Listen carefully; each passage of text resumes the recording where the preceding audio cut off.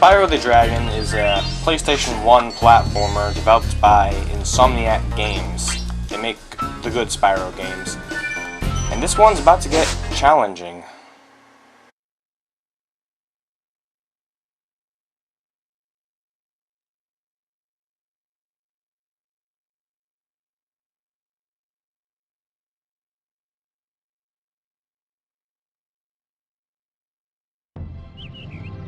Okay, rolling.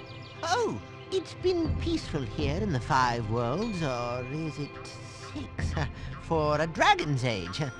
We now have 12,000 treasure, or is it 14,000? What about this Ganasty Gnorc character? Now, I understand he's found a magic spell to turn gems into warriors for his cause. I'll take that question. Nasty Gnorc is a simple creature. Simple! He has been contained in a remote world and is no threat to the Dragon Kingdom. No threat! Besides, he is ugly. That does it! Looks like I've got some things to do.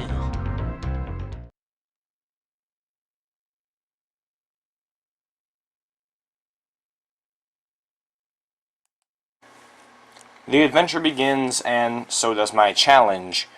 How this works is, I'm going to start off with a very restrictive challenge, and slowly work my way up to the main challenge of the run. The challenge as it stands is no analog stick. That leaves Spyro only with the ability to breathe flame with circle, zoom in with triangle, rotate the camera with L2 and R2, and charge with square.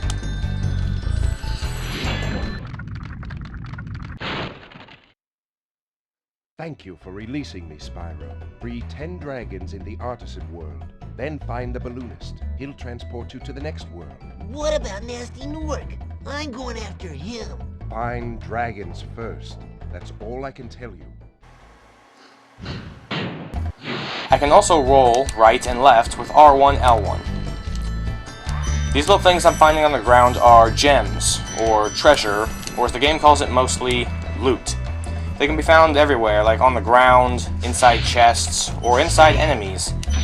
They're the second biggest collectible in the game, and you'll be finding them more often than dragons. They're pretty much everywhere.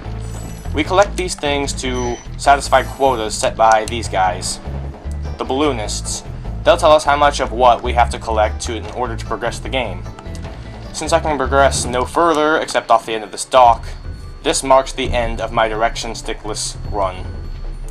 Now I can move omnidirectionally. But because Spyro looks stupid prancing about like this, I'm going to be charging basically everywhere. It's a lot faster too. That little pixie stick floating around Spyro's head is Sparks the Dragonfly. He serves as the game's health meter. Instead of Spyro taking damage, Sparks will take it for him. He starts off gold, and then as I get hit, turns blue and green, and then dies. Oh, the challenge now is, Spyro is not allowed to jump.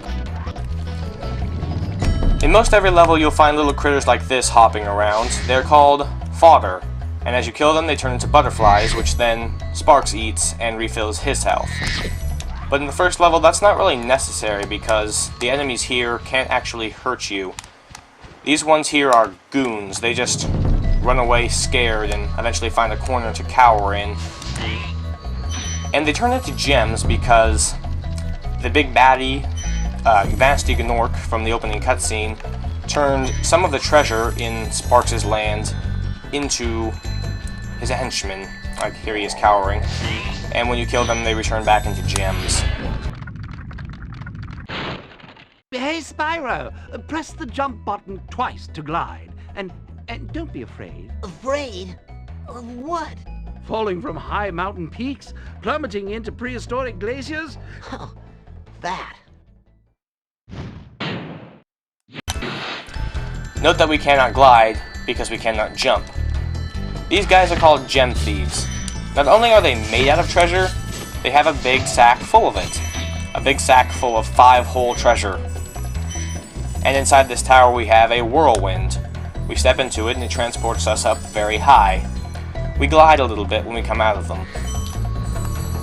The levels in this game are entered through archways. This archway leads to Town Square, a south of the border, or south of France, southwest of France, themed level. We can't actually progress very far in this level. All we can access are a few chicken fodder and about 7 treasure, because there are steps beginning the level that we cannot jump up. Luckily, we can exit the level from the pause menu. When we exit a level, all that treasure is transported into our total treasure box. Off the sides of this ledge, we have some towers with treasure on them. If you hurt a guy that you've already killed when you previously entered the level, they won't drop treasure again. Sometimes they'll drop those round orbs that are called life orbs. If you collect 20 of those, you'll get a 1-up. Also, sometimes they'll just drop a butterfly or drop a complete 1-up. And that's everything we can collect from this little offshoot of the Artisan Homeworld for now. Over here we've got some more goons and the arch to Stone Hill. Stone Hill is technically the first level of the game, and because of that it's very easy and very forgiving. It's also very expansive and has very little to fill it up. Here we have new enemies. These are the rams, and as their name implies, we charge them with our horns and kill them, or we can breathe fire onto them and they die instantly. Most enemies in this game are one-hit kills. Over here we've got the treasure room, which also has a dragon in it.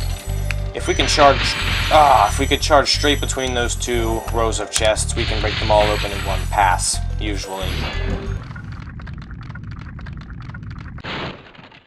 When you free a dragon or step on one of their platforms, you're saving your progress. That could be useful if you run into trouble. Not that you ever run into trouble, Spyro. And let's immediately go run directly into trouble. Back in the main central area of the level, I've forgotten a few chests. And I think I'm just about done with this level because there's the exit portal out of here. At the end of every level there's a return home portal. You jump in it and you'll be sent right back out the archway.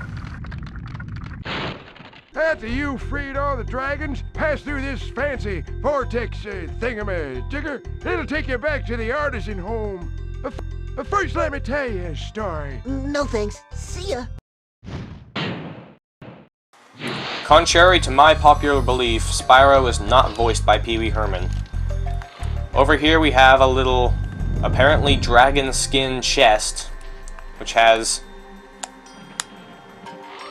peaky eyes. You break it open and you've got a Spyro statue inside. Those are the 1-ups of the game. Some treasure over here I missed. And the last tunnel leading out of the main area. It's the hardest section, if you can call it that, of Stone Hill, where you've got a huge field, treasure, rams, fodder, and these guys. These are tall enemies, shepherds. If this were any other level in the game, they would probably make you have to flame the enemies. If an enemy is big, normally you have to flame to kill it. But since it's the first level, they're just going to let you charge or flame it. Fodder that we don't need because it's too easy to take damage in this level. And the whirlwind is pretty much our only way of actually gaining height in this game, since we cannot jump right at the moment.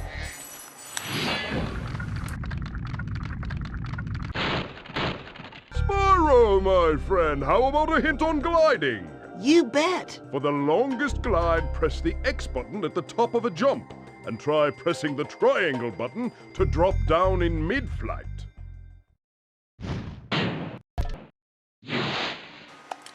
Over there we've got some more gems we cannot collect because they're too high for us.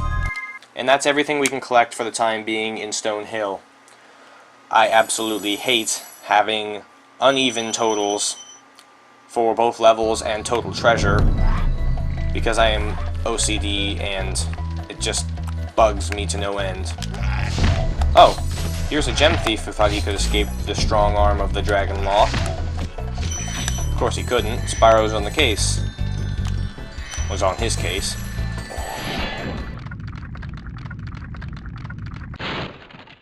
Where's Nasty Nork? I'll torch him. Keep your horns on, Spyro! You have much to learn first. Do you know what the dragonfly following you is doing? His name is Sparks, and he's helping and protecting you.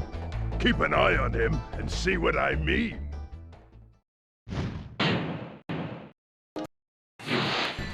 Keep your horns on, Spyro. And over here in the hedge maze we've got a goon who thinks he can hide from us. But his cowering will do him no good. Maybe he should have tried begging. If you haven't noticed by now, the color of a gem corresponds to its value. Red gems are worth 1, green are worth 2, blue are worth 5, and so on. This is the last main arch of the Artisan Homeworld. Dark Hollow introduces enemies that can only be hurt in one specific way. It is also incredibly dark. For instance, these guys over here with metal shields. In Spyro the Dragonland, metal is completely invulnerable to fire. Unless you lower your shield, and then you'll die anyway. Of course, you can also charge them because they're small enemies, or flame them because they hardly have their shields up. Oh, before I forget, these lampposts. They wiggle. And down this way we've got some treasure and Nork sentries. These guys are too made of metal to be flamed and too big to be charged. So we wait for them to turn around and flame their backs. Half the time these guys won't even be a threat, as they'll be turned the other way as you're going down here. And if we charge, we can make these gaps. Psst, Spyro, want to know a secret?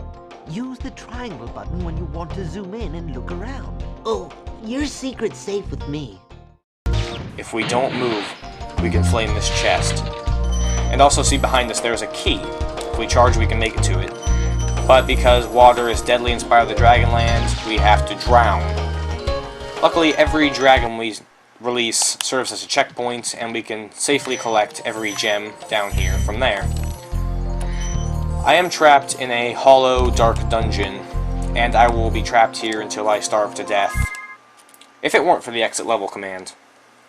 Returning home, I'll transport every treasure I've got. It's not that much. You can't do much in this game without jumping. And return to the home world, where there's only one thing we've got left to do, aside from burn the flowers and murder sheep. Over here we've got the remainder of the treasure, or loot, in the Artisan Homeworld that can be collected for now, and the last dragon. Cool Flash, do that again. The Artisan's boss is through a portal in the Dragon Mouth, but you are not yet ready, Spyro. First, you must complete one of the other Artisan lands. But we completed some of the Artisan lands. Well, in order to actually complete them, we have to exit through the Return Home portal and not the menu. In order to open up this dragon, anyway. Inside, we can see that there is another arch to Toasty, but in order to access that, looks like I'm gonna have to jump.